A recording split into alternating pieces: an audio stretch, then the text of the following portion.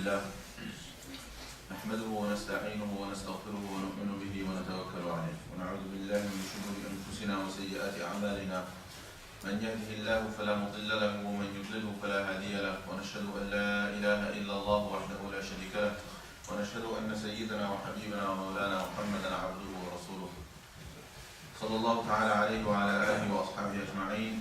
أما بعد. My dear respected brothers and sisters,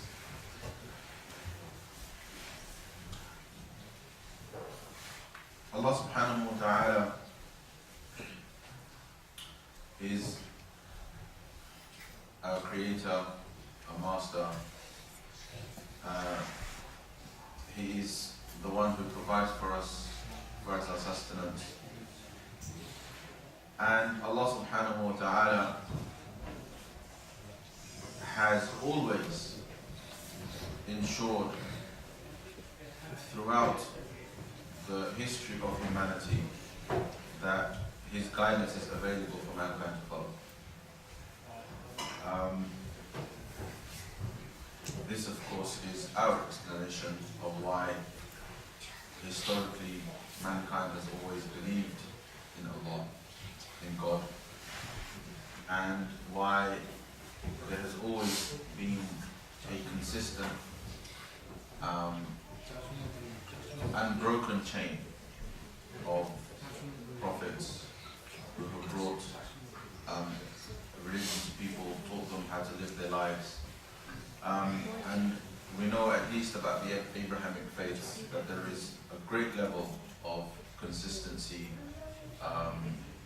shared values, shared history, and even shared doctrine.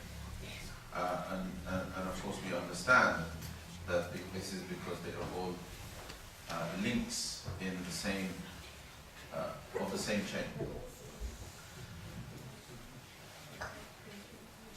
This guidance has always been so that human beings are able to live their lives and inhabit the earth in peace and in harmony, and in a manner that is conducive to their own future. In a manner that is conducive to their own future, to their own well-being in the future. Of course, prophets have always faced resistance and so on and so forth. Human beings have their own egos and desires, and they establish their own agenda, which has also resulted in conflict. This is also part of the shared history of humanity. And this is a history that we learn from. It's a history that we take lessons from, and we identify what the pitfalls were in the past, and we try to make, on that basis, a better future. And the same is true of Islam. That like all of the other adyan, all of the other religions, Allah subhanahu wa ta'ala has given us this deen as the final link in the chain of Abrahamic faiths that also guide people in terms of how they should live their lives and how they should inhabit the earth. And like all other religions, the message is also a message of peace, a message that tells us how to exist in harmony with others, and how to conduct ourselves in all of the various situations that we may face in life. And for that reason, we say that Islam is a complete way of life, in the sense that there is guidance in all possible scenarios. In all possible scenarios. How we worship Allah subhanahu wa ta'ala is one aspect. How we live our lives as husbands and wives, another aspect. How we bring our children up, another aspect. How we establish our masajid, another aspect. How we deal in trade and business and how we transact, another aspect. How we interact with people socially, what our manners should be, what our etiquettes should be, another aspect. All of these things are covered and taught to us by the Prophet sallallahu alaihi wasallam. In some cases principally, so that from those principles we can infer the meanings that are necessary for us to be able to apply those principles to unprecedented situations. maybe thousands of years after the death of the Prophet ﷺ, and sometimes in detail, where there is a certain aspect of life that is immutable, that is universal, that doesn't necessarily change. Lying is bad, it will always be bad, and that doesn't really change for any culture or any society or any religion. Killing is bad, it doesn't change. That is an immutable reality. So there are these teachings that are underpinned by principles, and those principles are often values. Those principles are often values. Justice is a value, right? Compassion is a value. Truth is a value. Honesty is a value. Love is a value. All of these things are values. These things in technical jargon are usul. You've all heard the word usul in some capacity or other. These are usul.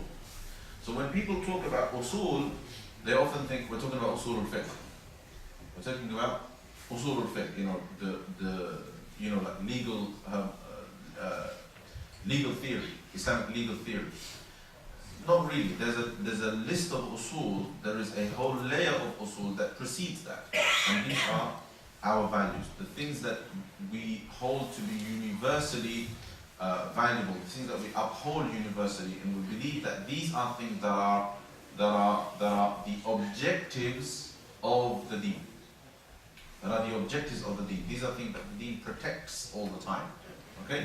So there are various ways in which this is articulated. There are the usul in the deen that are known as the things that are sacred. Things that are sacred and always protected. And that when a government is established, one of its primary roles is to protect these things. Okay?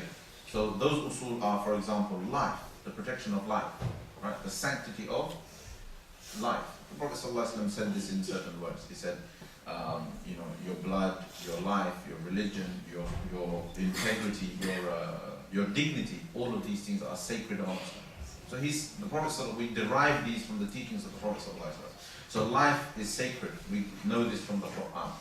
Religion is sacred. So that is always protected, not just our own, but that of others. It's protected, which is because this is something that is sacred.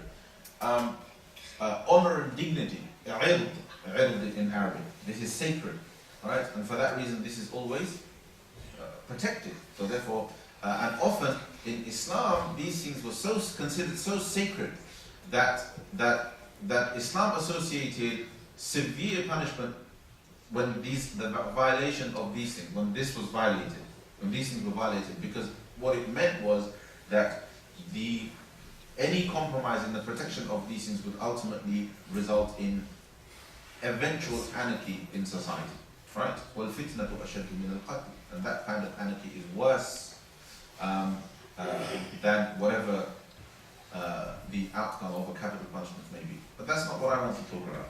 So ird is sacred, honor is sacred. So, for example, in Islam, just the mere accusation, if a person witnesses another person committing a crime,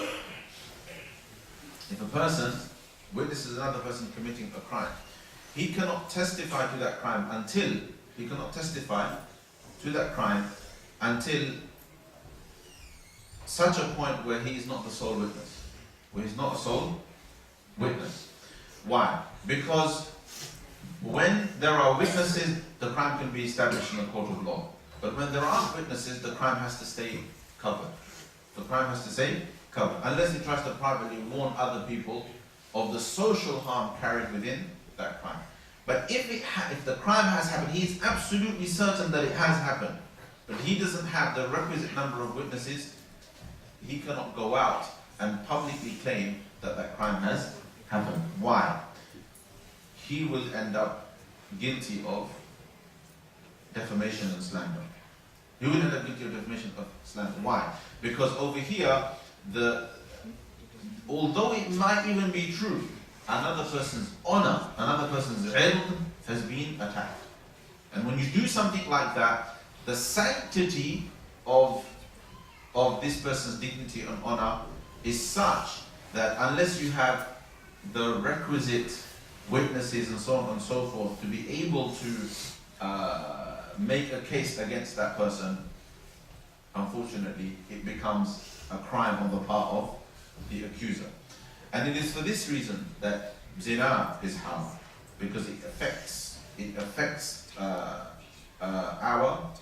honor and our dignity, or the dignity of society, etc., etc., etc. Similarly,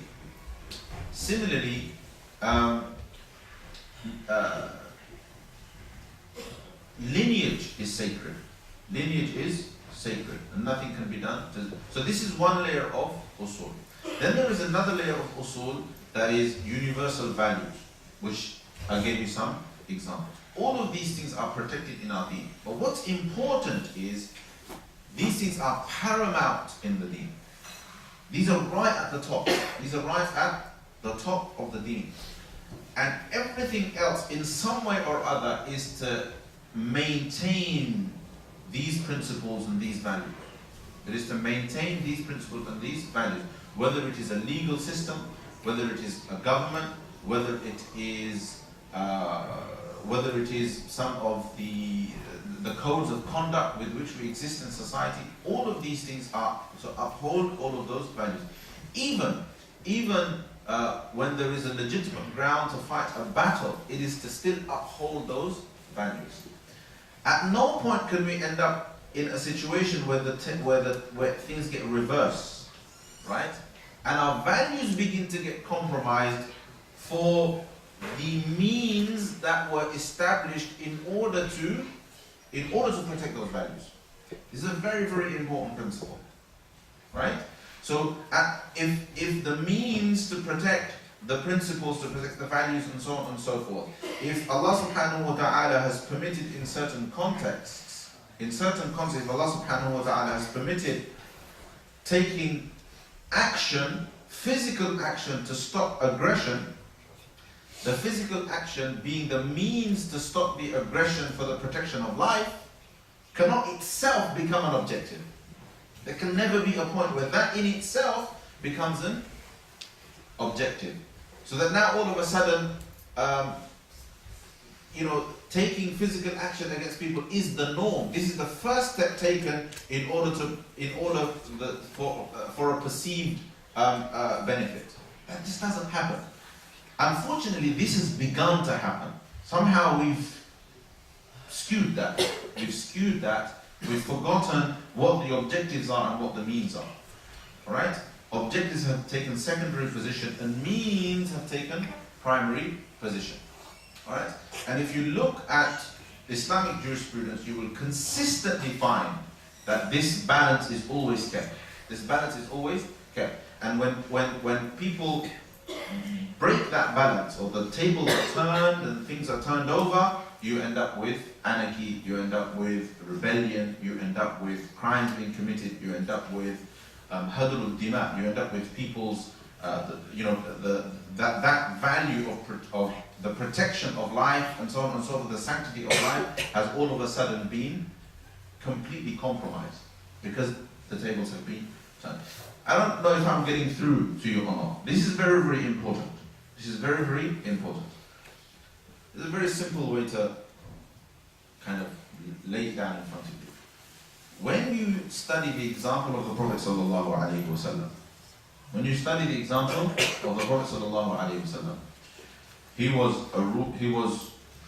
a prophet, first and foremost. He was the ruler of a state, eventually the ruler of the whole empire, right? Before he passed away, he had become an empire. Husband, father, friend, etc., etc., etc. But he was also a mujahid. A commander on the battlefield. But when you think about the example of the Prophet sallallahu alaihi wasallam, what comes to your mind first? Rahmatun lil alameen, or the warrior on the battlefield? What comes to your mind first? Rahmatun lil alameen. Mercy to the world comes to your mind first, because the Prophet ﷺ being a mercy to the world is his primary role. وَمَا أَرْسَلْنَاكَ إِلَّا رَحْمَةً لِلْعَالَمِينَ. We have sent you back as a mercy to the world. That gentler side of the Prophet ﷺ is what we associate with first. Everything else is seen, if the Prophet ﷺ was a commander on a battlefield, that was a means to an end. That was a means to an end. An important means to an end. This is why every single country has a military, because it's an important means to an end. But it is an end, it's not an end in itself. Right? It's very, very important. And this is why we have to apply that same concept to ourselves. If what we say, what we do, what we constantly talk about, right? Our narrative is something that doesn't express that example, that first thing that comes to our minds about the Prophet ﷺ, if it doesn't express that, then something is wrong. We've lost the balance somewhere. We have lost the balance somewhere. The Prophet ﷺ being Rahmatul lil Alameen is because of what he taught. It's because of what he taught. And the Prophet ﷺ taught mercy. He taught compassion. He taught love. He taught ibadah. He taught ibadah, which is one of the most profound statements of love. Love for Allah subhanahu wa ta'ala. It is the most profound statement of love. Right? So it's very, very important that we understand this. Bring this down to the ground. We, as Muslims, live in this country, right? And most of us see ourselves as citizens, but haven't quite worked out. We're kind of in between this confusion of whether this is our country or our country is somewhere else, or whether they're both our country, or whether we are just citizens but still foreigners, or citizens but this is our home, this is our country. There's this kind of, and it's natural. For a migrant community, this is somewhat understandable. There are some basic realities that we have to contend with. For many of us who have become practicing Muslims, right, we think of another place as home, because we might be first generation or something like that. We think of another place as home, and in our minds we think that that's Islamically more conducive. If we're a practicing Muslim, we think that's home because I'm more comfortable there as a Muslim. But actually you're not. It's exactly the same. Because if you're from India, that's a secular country. That's the same as this country. It's exactly the same as this country. Yes, there's 100 and something million Muslims there. There's more Muslims. Still a minority. Still a minority. From an Islamic point of view, your circumstances are exactly the same. But there is this thing going on in our minds because of our affinity, because that's where we've come from, that makes us think that somehow the two are different. Alright? If you leave that person aside and move to a second generation person, the conversation is much, much more confused. It's like, yeah, but I don't have that affinity with that country. I've hardly ever been there. I've never been there. I've not been to Bangladesh enough. Well, I have, but my brothers and sisters, I was born there, right? But my brothers and sisters were all born here. But then it's like, they say to me, they say, myself, why do you keep going on about Bangladesh for? We're not going back there. We're not going back there. So save that ticket money. Save that ticket money. We need it here. Let's buy a house here. You see what I mean? There is this mindset change. Islamically, there isn't a problem. There is this assumption in our minds that there might be a problem Islamically. Islamically, there isn't a problem. There isn't a problem. And unfortunately, whether you like it or not, whether you've yet accepted it or not, whether you think this is conducive to your faith or not, this has become home for all of us. Right? Most of you, if I ask you a straightforward question, do you envisage a future outside of Britain, you'll say no. You'll say no, because you don't. But we haven't yet quite got to the point where we've properly tackled what that means. What being in this country means. First and foremost, get this idea out of your heads that you don't have a right to this country. Alright? And our MP's here, and he'd agree. We have as much right to this country as anybody else, because our history with this country goes far beyond our migration. It goes far beyond our migration. We became part of this country a few hundred years ago. Right? Our ancestors fought in World War II. Quite a significant number of them. Right? I think 1 point something million, of whom tens of thousands were Muslim. Right? When I spoke to my father about this, he said, oh, 2 of your relatives fought in World War. And I was like, what? And that was the truth. Right? In World War II, two of my relatives, my grandfather's generation, my father's grandfather's generation, they fought in World War II. That's the reality, right? So that's one thing we need to stop thinking. We need to stop thinking that somehow we're foreigners and there's no kind of context, for us. That's the first thing.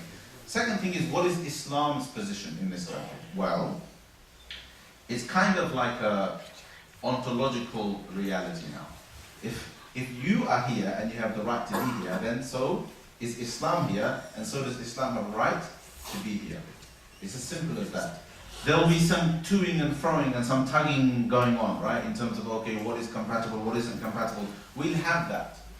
But we need to stop thinking that somehow Islam doesn't belong here. It is part and parcel of the fabric of this country. Start thinking like that, and all of a sudden, the dynamics of many, many things, the dynamics of the narrative, the dynamics of our interaction, the way in which we envisage ourselves and others who are not Muslim, all of it then changes. All of it then changes. We are here. Islam is what we bring to the table, because that is our way of life. Islam is what we bring to the table. And if there's something about Islam that there is a compatibility issue with, then we have an open dialogue about that compatibility.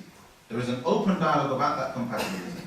Whatever you think of Britain, it is a country that has tolerated a lot. Britain is very, very different today than 200 years ago. Alright? And not because of Muslims. Britain is very different today because of what Britain has become. Regardless of Muslims, even if Muslims didn't exist, Britain is still unrecognizable compared to what it was 200 years ago. What that basically means is, if it can accommodate all of that change in its evolution, right, Islam isn't an issue.